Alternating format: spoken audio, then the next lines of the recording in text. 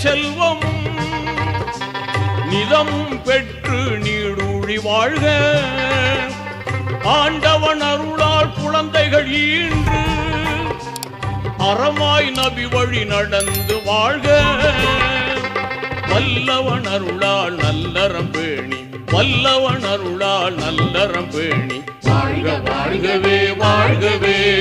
வளமாய் நலமாய் மணமக்கள் நூறாய்